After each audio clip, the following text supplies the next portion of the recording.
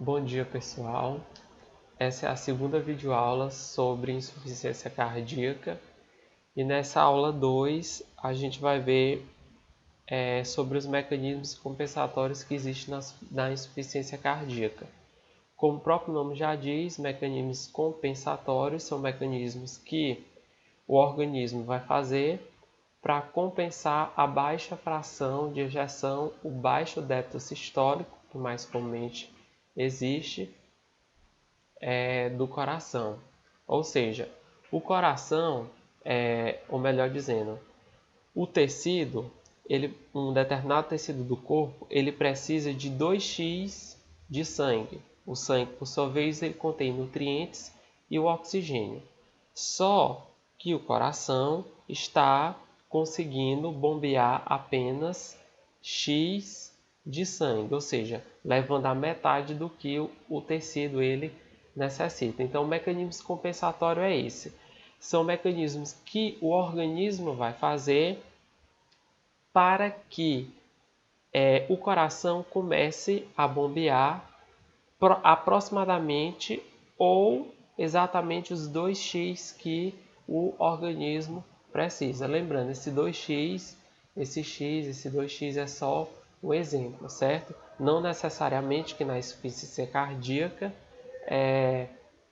o organismo ele só vai bombear metade, o coração só vai bombear metade do que os tecidos e os órgãos precisam, ok? Então vamos lá. Para poder começar a falar de mecanismos compensatórios, vamos colocar uma situação aqui. Por exemplo, um paciente chega no seu consultório totalmente assintomático, ou seja, sem apresentar nenhum sintoma, mas ele lhe entrega um raio-x e você vê que o coração dele está grande, como diz no popular, né? Ou seja, ele apresenta uma cardiomegalia. E no ecocardiograma que ele também traz, a gente vê aumentos no diâmetro ventricular e redução da fração de ejeção. Então, se o paciente tem tudo isso, tem uma cardiomegalia, aumento no ventrículo, diminuição ou redução na fração de ejeção, era para ele estar apresentando no mínimo uma dispneia, né? Porque ele pode estar congesto, ele pode estar com congestão pulmonar, ele pode estar com turgência jugular, ele pode estar com uma hepatomegalia, com edema de membros inferiores. Isso vai depender do tipo de insuficiência que ele tem, que a gente já viu na aula passada. Como ele também pode estar com uma insuficiência biventricular, né, que é com a congestão pulmonar e uma congestão sistêmica, que no caso aí seria pior. Mas ele está totalmente assintomático. Como é que eu posso explicar essa evidente, esta aparente contradição, né? Ou seja, o paciente não sente nada, mas ele está com sintomas, com sinais clássicos de uma insuficiência cardíaca. Tudo isso é explicado porque o corpo está fazendo os mecanismos compensatórios. O corpo está fazendo com que ocorra uma dilatação uma dilatação no coração para que ocorra uma maior quantidade para que chegue uma maior quantidade de sangue no ventrículo esquerdo para poder compensar a redução desse débito cardíaco, né? Esses mecanismos compensatórios eles são bem mais compreendidos na insuficiência cardíaca sistólica e de baixo débito, como já foi explicado, né, no slide anterior, que ocorre na maioria dos casos. Mas para poder entender melhor, vamos relembrar o que é a lei de Frank-Starling, né? Ou seja, a relação que existe entre o volume sistólico final, o volume diastólico final, a fração de ejeção, o débito sistólico, as relações fisiológicas que ocorrem normalmente no corpo. Vamos tentar entender isso, vamos ver como é que isso funciona, para a gente depois poder entender como é que ocorrem esses mecanismos compensatórios, ok? Então vamos lá, a lei de Frank-Starling ele diz que quanto maior o volume diastólico final, ou seja, quanto maior a quantidade de sangue que vai ter no ventrículo, vou falar aqui no caso de ventrículo esquerdo, mas também pode ocorrer no ventrículo direito. Então, quanto maior a quantidade de sangue que vai existir dentro desse ventrículo esquerdo, maior vai ser o débito sistólico, ou seja, se tem mais sangue, maior vai ser a quantidade de sangue bombeado, ou seja, maior vai ser a fração de ejeção. Vamos colocar, por exemplo, aqui, imagine um balão, uma bexiga que eu vou colocar na torneira e encher de água, certo? Quanto mais água eu tenho dentro desse balão e depois eu estourar esse balão, vamos entender o estouramento desse balão como se fosse a sístole. Quanto mais água tiver dentro desse balão e eu estourar esse balão, mais água vai poder ser jogada para fora. Então, o mesmo raciocínio eu aplico ao ventrículo. Quanto mais sangue eu tenho no ventrículo, mais sangue ele vai poder ser bombeado ou para a artéria aorta, como no caso se for o ventrículo esquerdo, ou para as artérias pulmonares, se for no caso do ventrículo direito, né? Ou seja, maior vai ser esse débito sistólico, maior vai ser essa fração de ejeção. Mas antes de continuar, vamos rever os conceitos de volume diastólico final, de débito sistólico e fração de ejeção. Vocês podem ver aqui o volume diastólico final, como eu já falei, é o volume de sangue no ventrículo ao final de uma diástole, ou seja, ao final de um relaxamento. O débito sistólico é o volume de sangue bombeado por minuto, bombeado porque ele vai se sistólico porque ele vai se contrair, então sístole tem a ver com bombeamento, né? E a fração de ejeção é a quantidade de sangue que o coração empurra para fora enquanto bate. Então, quanto maior o volume diastólico final, maior será o débito sistólico e também maior vai ser a fração de ejeção. Todas essas grandezas aqui são diretamente proporcionais, ok? Então, vamos lá. Quando o ventrículo ele está mais distendido, por conta de um maior volume diastólico final, o que é que vai acontecer? Os sarcômeros, que são as unidades contráteis dos miócitos, eles vão se distender mais, fazendo com que as fibras de miosina e de actina se deslizem entre si, gerando potencial de interação bioquímica maior. E também o gasto energético ele vai ser maior, ok? Por isso é que a dilatação ventricular ela ocorre para o coração, para o ventrículo esquerdo, melhor dizendo, encher mais de sangue, aumentando o débito sistólico, aumentando a frequência cardíaca, evitando a queda desse débito sistólico. Ou seja, isso é um primeiro mecanismo compensatório, isso é um primeiro mecanismo de compensação que o organismo está fazendo para poder evitar a não ida desses 2x de sangue que o organismo está precisando naquele momento, ok? Então vamos passar adiante. Mas atenção, após um déficit de contratilidade miocárdica, a dilatação ventricular ela vai se instalar progressivamente. Quando ela se instala progressivamente, ela vai começar a ter uma série de danos para o coração e para o organismo. Que danos são esses que vai acontecer? Primeiro que eu posso dizer é o esvaziamento incompleto do ventrículo. Ora mais, se o ventrículo está dilatado, está indo uma grande quantidade de sangue, está na fase inicial, então esse sangue ele vai ser bombeado praticamente totalmente, né? A gente sabe que fisiologicamente ainda fica uma quantidade de sangue no ventrículo. Mas quando essa dilatação ela se estende progressivamente, a contração desses sarcômeros, desses miócitos, a contração do ventrículo, ela vai estar comprometida. Então, o esvaziamento do ventrículo ele vai ser incompleto e isso vai passar a ser não mais uma compensação 100% que o organismo vai conseguir fazer. Com isso, com a não ida de sangue para a aorta, vamos dizer assim, vai ocorrer uma hipervolemia decorrente da retenção de sódio e água pelos rins, pelo sistema renina-angiotensina-aldosterona, que vai ser ativado pela hipoperfusão renal, que age aumentando a reabsorção hidrossalina nos rins. Vamos pôr uma foto aqui para poder explicar direitinho. Aqui na arteríola aferente eu tenho uma mácula densa, né? Que vai ser sensível à quantidade de sódio, né? E vai poder liberar ou não renina, ou seja, vai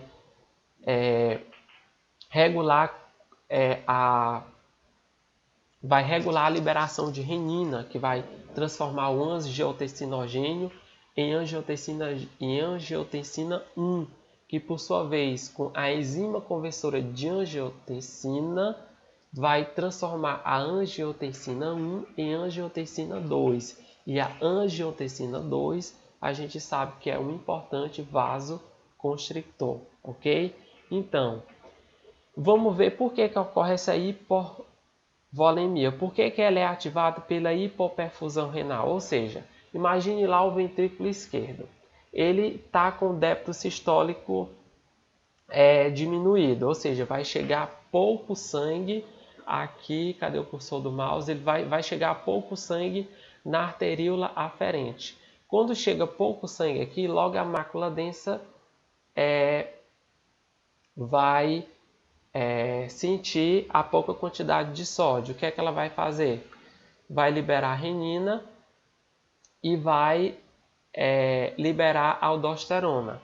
A aldosterona, o que é que vai acontecer? Quando liberar a aldosterona ela é um importante ativador da absorção de água e de eletrólitos, mais especialmente o sódio, né? Então, vai ocorrer com a baixa chegada de sangue na arteríola aferente do glomérulo, vai ocorrer uma absorção, um aumento da absorção, da reabsorção hidrossalina pelos rins, aumentando a volemia. Quando eu aumento a volemia, ocorre uma hipervolemia, aumentando mais a pressão sanguínea. Entendido? É isso que vai ocorrer dentro do glomérulo. Então vamos lá. A lei de Frank-Starling, ela tem algumas limitações. Que limitações são essas? Do lado esquerdo aqui, eu tenho um coração normal, ou seja, o ventrículo, o tamanho desse ventrículo ele está normal. Do lado direito, eu tenho um coração dilatado, ou seja, eu tenho uma cardiopatia do ventrículo esquerdo, ou seja, a gente vê aqui uma hipertrofia excêntrica, né? Ou seja, é que eu tenho o diâmetro do ventrículo aumentado em relação à espessura do músculo aqui do ventrículo. Então eu vou ter aqui um maior volume diastólico final, né? Ou seja, esse aqui dentro vai chegar mais sangue, certo? Quando ele se relaxa. Esse sangue ele vem da onde? Ele vem das veias pulmonares que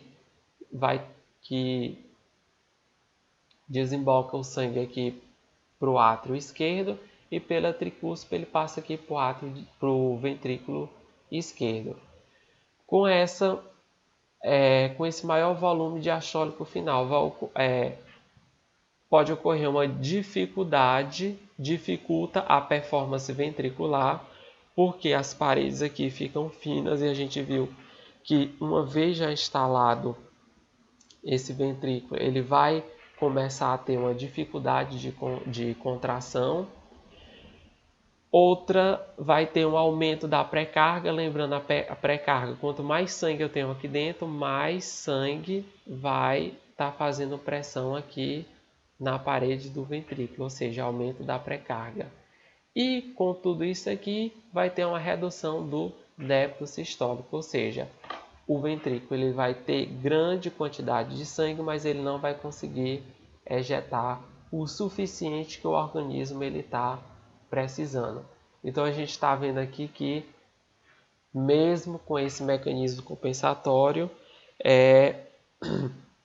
depois de um certo tempo, ele vai começar a não compensar mais o coração, certo?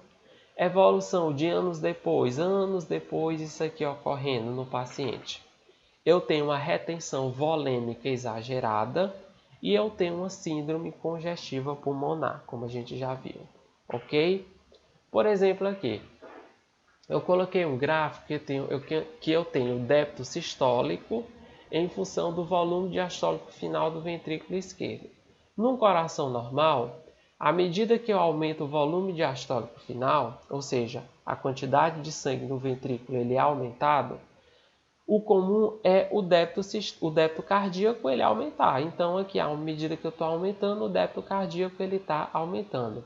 Aqui eu tenho uma disfunção leve, em que eu aumento o volume, mas o débito cardíaco ele não aumenta tanto quanto ele está aumentando aqui no coração normal. E uma disfunção severa, em que o paciente ele tem dispneia até repousando, né? Em que eu aumento o volume do débito sistólico no ventrículo, aumento do volume diastólico final no ventrículo esquerdo, mas o débito sistólico ele continua baixo, ok? Atenção, bastante atenção aqui.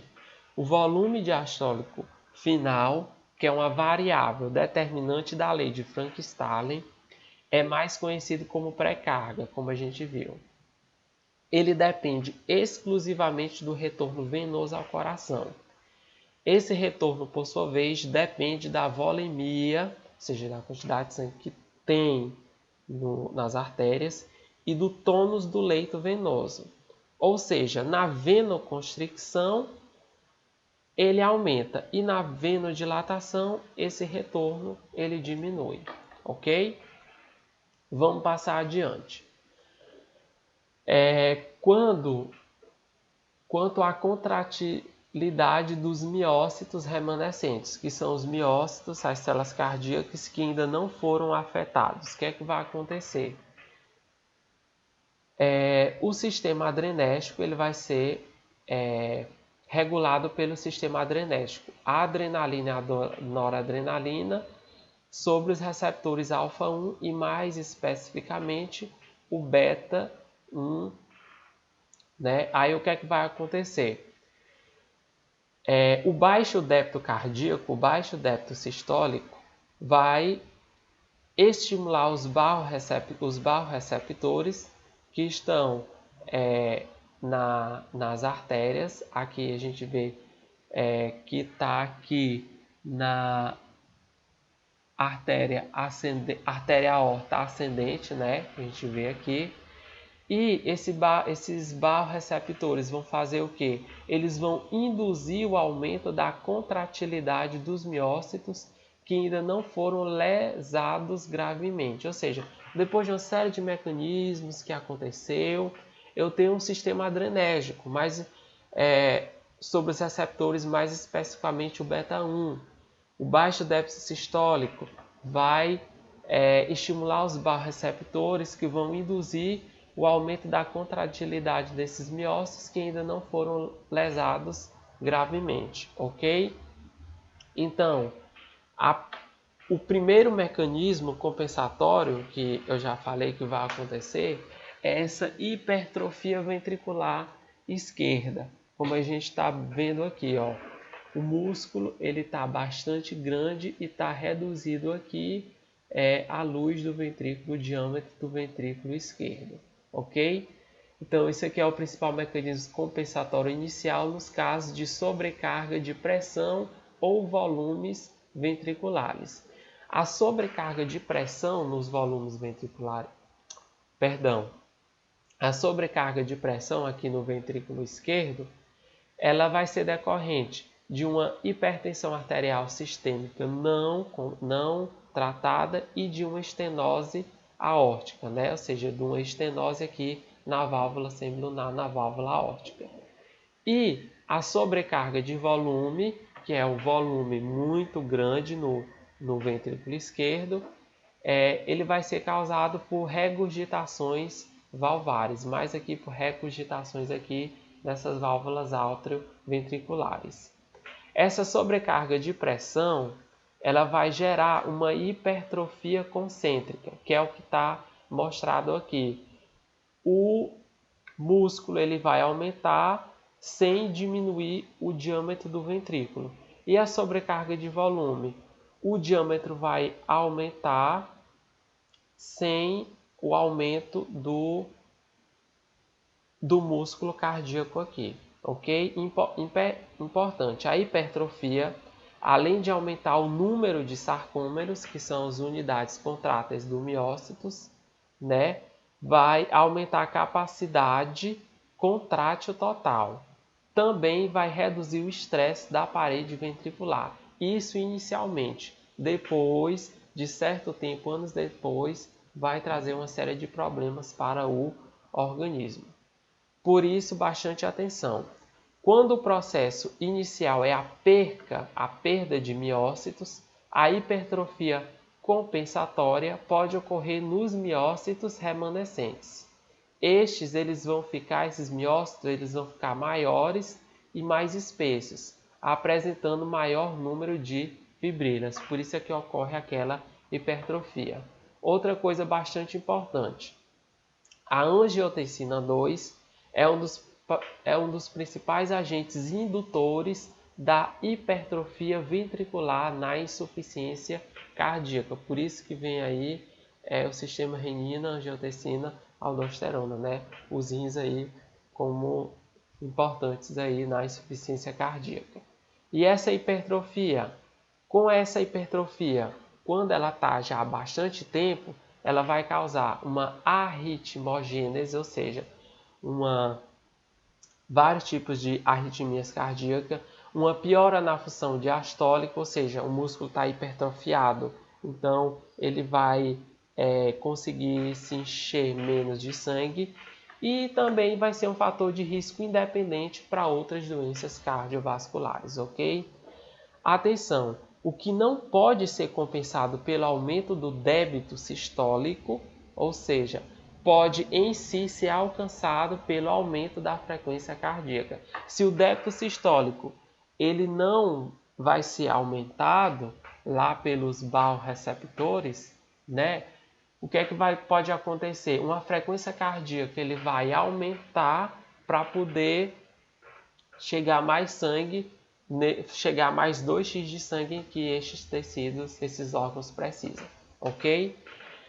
O sistema adrenérgico ele é responsável por isso. Ele aumenta o cronotropismo agindo sobre os receptores beta-1 no nódulo sinusal, aumentando a frequência cardíaca, ok? Então, obrigado. Na próxima aula, a gente vai ver o sistema neurohumoral e finalizar essa parte de insuficiência cardíaca.